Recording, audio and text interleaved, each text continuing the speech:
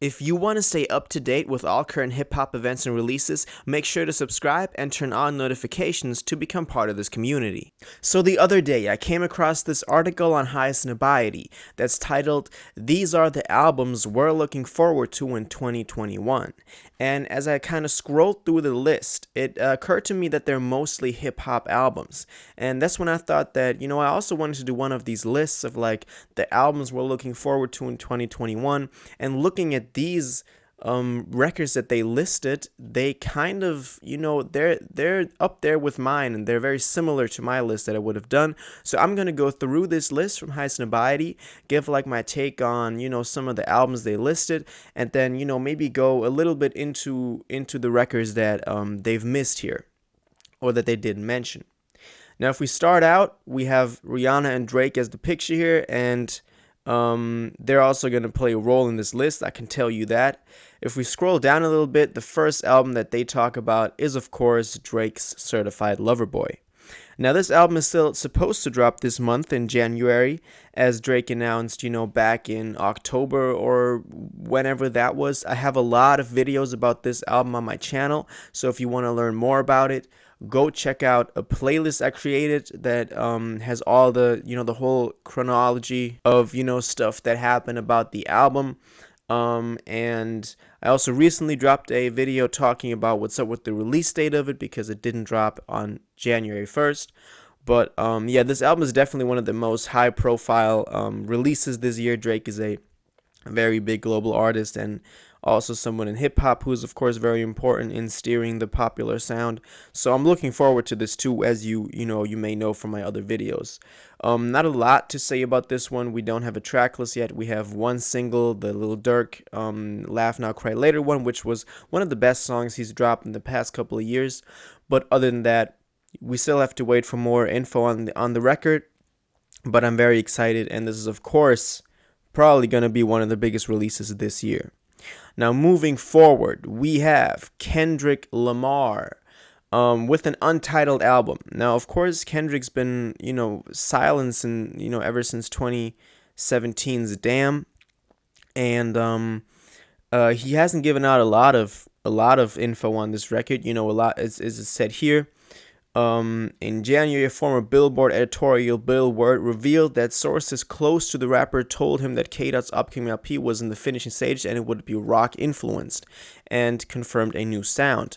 So we all know this. We know Kendrick is playing around with the idea of doing a rock album and dabbling into that, which I think is cool. It's cool of him, to try to expand his sound, and I'm looking forward. This is going to be one of the most it's of course not going to be as big as Drake's release, probably, but within hip hop, this is one of the most important releases that's going to be released this year, especially since Kendrick has been very quiet over the past couple of years.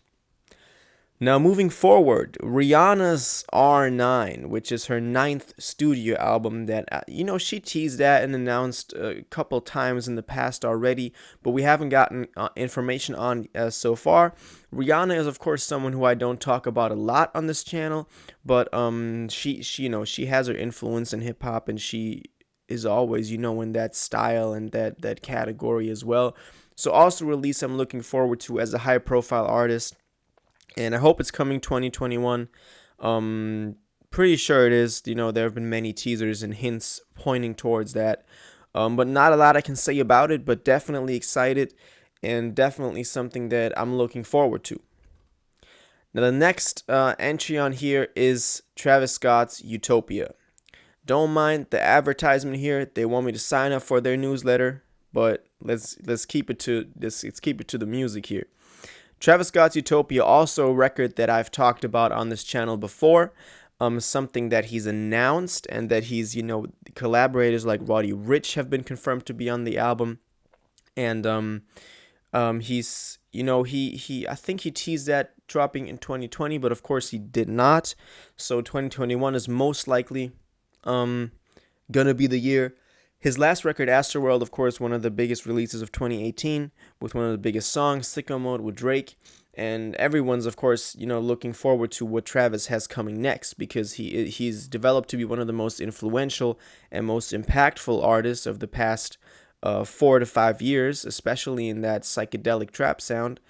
And Utopia's, if he plays it right, if this is something like Rodeo, and maybe he's gonna be able to recreate something like Rodeo, then this is gonna be one of the most important and musically progressive. Now I don't want to put too much expectations on it, but of course I'm excited for it, and of course I have expectations for it because Travis Scott is always evolving as an artist on every record. So I hope the same is true for this one. The next one is also Travis Scott, but together with Kid Cudi, with their collaborative record, The Scotts. And if you know me, if you've been watching my channel, you know that I'm a huge Kid Cudi fan. And their single, The Scotts, did very well, obviously, although I wasn't too much of a fan of it, but it's not a bad song at all. And Kid Cudi's latest record, Man in the Moon 3, The Chosen One, or The Chosen, is an incredible record, one of the top hip-hop albums of 2020. And so for the two of them to do a record together is, of course, something special. Now, especially also because Travis Scott has been heavily influenced his entire career by Kid Cudi. And now listening to Kid Cudi's new record, Man in the Moon 3, you can hear a definite influence from Travis Scott. So the student was inspired by the teacher, now the teacher is inspired by the student again. And to see this kind of harmony and generational gap closing in hip-hop is, of course, something beautiful. And for the two of them to create a record together is just a very cool moment. And I hope that they're able to match their styles pretty well. If Cudi just keeps in the same lane as Man in the Moon 3 maybe, and Travis just sticks to his signature sound, I think the two of them could definitely create a very good record that's, for the one part can do well commercially, but also is going to be musically important and pushing. Now the next record, they listed Migos Culture 3. Also something that I've recently dropped a video on, when Quavo basically announced that the album was finished, but they're just waiting for 2020 to be over so they can release it. So they've basically confirmed that it's dropping in 2021, which is also why it's on this list. Now this record I've talked about before, and I've always said that I hope they don't just recreate a Culture 2, which was basically just a whole bunch of songs, a lot of songs, a long track list, but with a lot of fillers. You feel me? With a lot of stuff that's just there because they can just create songs in 15 minutes or whatever the rumors. They go in the studio, create a song, 20 minutes, and then it's on to the next one. So I really want to see them go back to something like the original Culture record, which was one of the most defining sounds of that Atlanta trap sound 2016, 2017 at the time. So I hope they can, put some more work into that. Now they've all three of them, Takeoff, Quavo, and Offset, released their solo projects 1-2 years ago. And I hope they can, put some more time and effort into this new record than they did with Culture 2. But of course I'm excited for it. The Migos have had a great influence in that Atlanta trap sound, so one of the most influential artists of the past 5 years. We have to admit that. We have to accept that. So yeah, of course, looking forward to that, and I think so are a lot of people. We also have Offset confirming the release date of 2021. Next off, we have J. Cole, The Off Season, It's a Boy, and The Fall Off. Of course, something I've talked about a lot on this channel over the past couple of days after J. Cole announced that he's going to drop some more albums before The Fall Off, which, namely is going to be The Off Season, probably a mixtape, and It's a Boy, which will likely reference his the birth of his son, which is really cool. And maybe, a lot of people have speculated that It's a Boy is going to be the Kill Edward record that he's announced back in 2018, I think. So yeah, very excited for this one.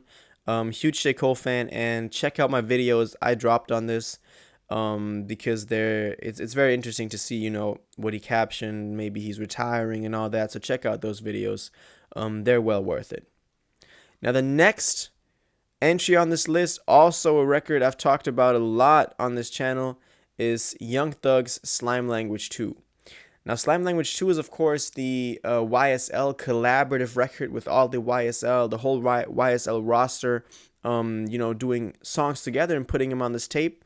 And the first Slime Language, as I've explained in past videos too, I think was also a very, great kind of like summary or representation of that 2018 sound that came out of Atlanta at that time. And so I'm very excited for Slime Language 2, and it's been announced so many times to drop, and there have been some weird things going on with the release of one of the singles off of the record, Take It to Trial, which is actually not bad. I've been listening to it more and more, and it's growing on me more and more. So very excited for this record. Young Thug has been very mysterious about the release of it, and also about the release of his solo project, Punk, but it's coming sometime soon, and yeah. I'm looking forward to this, probably within the next couple of weeks, since Gunna and Thugger have announced it so many times and teased at it so many times in the recent past that it has to drop in one of the following weeks, probably still this January, this month. But yeah, very excited for it. Next record, we have The Weeknd with an Untitled album.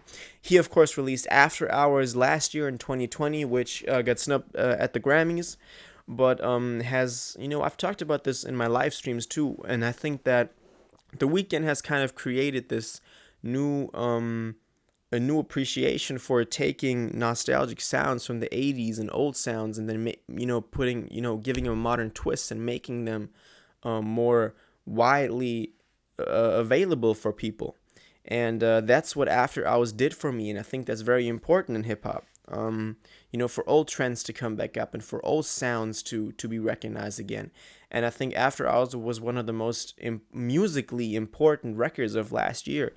And so for him to drop a new album, very excited for it. The Weeknd, of course, also a very highly successful artist commercially. And we don't know a lot about this new album yet. He, of course, just dropped an album last year, but people are obviously already looking forward to something new. But I think it's going to be some time until he releases a new album, probably going to be the summer or the fall, So probably the fall, end of the year. So as we learn more about that record over the course of this year, I'll be sure to give y'all information on it. But right now we can't say a lot about it. The next album, which I kind of thought was a little bit weird, was Meek Mill with an Untitled album. I never saw Meek Mill as someone who, I'm like, oh, this is one of the most high-profile A-tier list releases of the next year. But of course, we're looking forward to it. His last record, Championships, back in 2018, was of course highly successful. Also, thanks to the Drake feature on, what was that song called? Oh yeah, Going Bad. I just had to look that up. My bad, but yeah. So yeah, looking forward to that too. He recently dropped the Quarantine Pack, which wasn't bad, which was a very solid release. So I'm also looking forward to that, of course. But I wouldn't put it up there with the releases I just mentioned. Now that was it from the list of highest notoriety, but there are of course some records that I think they forgot to add on here. Number one, of course, Frank Ocean. Which I thought was missing on here. We're also waiting for a successor to Blonde, and it's been the typical 4 years he drops new music. So I'm very sure he's dropping this year. We're of course also still waiting for a new Kanye album, Donda, or whatever he decides to call it, and I was when going through the list that I had, we also have Tyler who I'm looking forward to dropping a new album this year. A$AP Rocky is dropping a new album this year. Then some smaller mentions, of course. Lil Skies is dropping a new album this month still, and yeah, those are like the main ones that I think they forgot to. Of course, Lil Skies is not supposed to be on this list, but I think Frank Ocean is missing, Kanye is missing, Jay is probably missing, Jay-Z. And A$AP Rocky, I would also say, is one of the most high-profile releases in hip-hop this year. So yeah, that would be my list. That would be the records that I'm excited for. Now, of course, I'm interested in what you're looking forward to this year. What records do you expect this year, and what are you excited for? Because maybe even also smaller artists that aren't as high-profile. I'm always looking, to listen to new music, to expand my music taste. So let me know What are some of your favorite artists that are dropping this year? And let me know in the comments, because I really want to know and want to listen to more music this year. But yeah, until then, I hope you liked this video and it kind of gave you an overview of what's dropping this year. If you want to support the channel, don't forget to subscribe and become a channel member. And I'll see you guys in the next one. If you watched this video to the end and liked it, and you want to stay up to date with all current hip-hop events and releases, make sure to subscribe, turn on notifications, hit that like button, and go follow my social media and blog down in the description. It really helps me out. Until the next one, y'all have an incredible day, and y'all take care.